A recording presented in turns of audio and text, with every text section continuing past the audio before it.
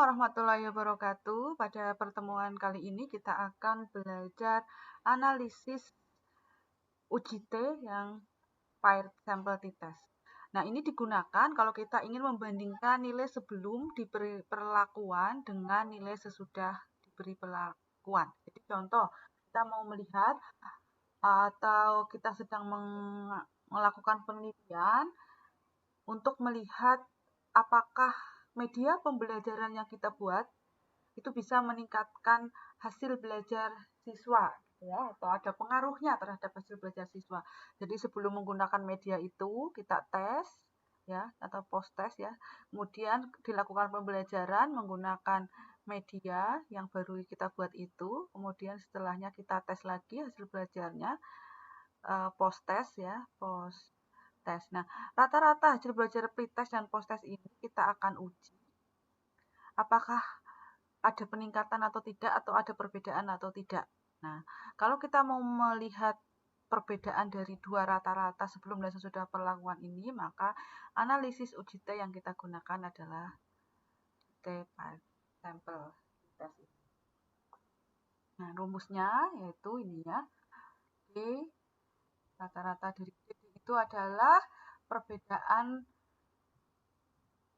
masing-masing, ya, perbedaan dari nilai pretest dan post testnya, kemudian kita hitung rata-ratanya. S-nya adalah simpangan bakunya dan N adalah banyaknya datanya. Nah, contoh saja, langsung saja ke contoh. Seorang guru paduan suara akan melihat sejauh mana training yang diberikan berturut-turut selama 1 minggu, apakah hal tersebut dapat meningkatkan kemampuan bernyanyi, variabelnya kemampuan bernyanyi responden, ya, ada N-nya ada 25 peserta, ini N.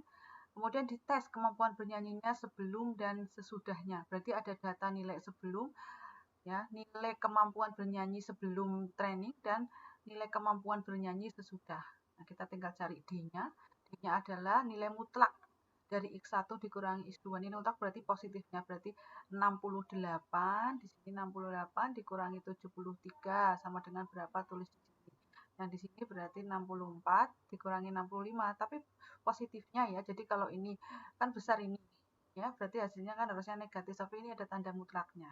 Berarti 64 dikurangi 65 negatif 1, tapi kita tetap harus tulis positifnya 1. Kemudian dari nilai D ini, ya, nilai ini kalau sudah dihitung semua, ya, D-nya di sini sudah ketemu semua, dihitung, nanti dicari rata-rata dari D-nya, ya, dijumlahkan di sini, ya, rata-rata dari D jumlahnya berapa. Ini misalkan jumlahnya N, misalkan jumlahnya adalah X, berarti di sini X bagi N, N-nya 28, ketemu rata-rata dari D, ya, atau D bar. Nah, setelah ketemu rata-ratanya, nanti tinggal kita cari simpangan baku. Simpangan baku kita harus menghitung D dikurangi D bar. Jadi nilai yang di sini dikurangi rata-ratanya berapa, tulis ini. Ini dikurangi rata-rata D-nya tadi berapa, tulis ini. Kemudian angka yang di sini dikuadratkan, tuliskan di sini. Hasil angka yang di sini semua dikuadratkan, hasilnya tulis ini, hasil kuadratnya. Kemudian D dikurangi D bar kuadrat kuadrat dijumlahkan di sini, jumlahnya berapa, ya. Ini akan menjadi nilai yang di sini. Nanti ketemu S-nya. Jadi S-nya di sini adalah nanti akar dari nilai yang di sini, masukkan sini, bagi N, N-nya 28, ya. Bagi nanti akan ketemu nilai S. Nah, setelah ketemu nilai S, kita masukkan saja ke rumus T-nya. D-nya D bar D dikurangi 0, ya, berarti nilai yang di sini, ya, di sini. Kemudian dikurangi 0, 0 ya nggak usah, ya, dibagi S. S-nya ya yang di sini, S, kemudian dibagi akar N, N-nya 28. Nanti ketemu nilai T, hitung di sini. Nah, untuk menguji hipotesis, ya, kita tuliskan dulu. Hipotesisnya H0-nya berarti μ1 sama dengan μ2, atau rata-rata kemampuan menyanyi sebelum dan sesudah training sama. Ini pakai uji dua pihak, ya, sama dengan H1-nya kebalikannya, rata kemampuan menyanyi sebelum dan sesudah training tidak sama. Nah, untuk itu kita untuk menerima hipotesis ini, putusannya diterima atau ditolak, kita butuh nilai T hitung. Nah, T hitung ini kita cari dari T tabel dengan DB-nya N-1. N-1.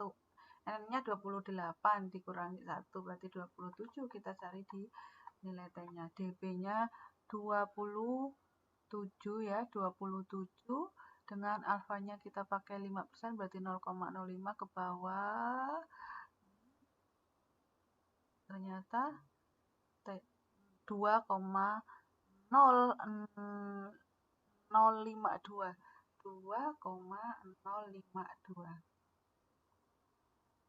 2,052 T tabelnya ya, T tabelnya berarti 2,052 di sini.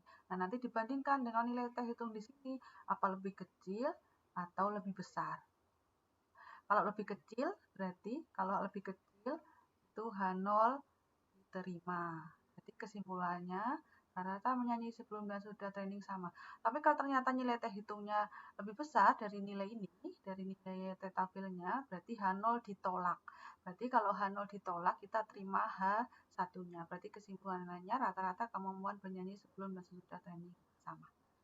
Itu jadi untuk mengambil kesimpulan, kita bandingkan dulu T tabel dengan T hitung ya, kriterianya itu tadi. Kalau T hitung lebih kecil dari T tabel, H0 diterima. Tapi kalau T hitung lebih besar dari T tabel, H0 ditolak. Semoga bisa dipahami. Selanjutnya teman-teman bisa melanjutkan untuk menganalisis ya, dihitung T-nya itu tadi.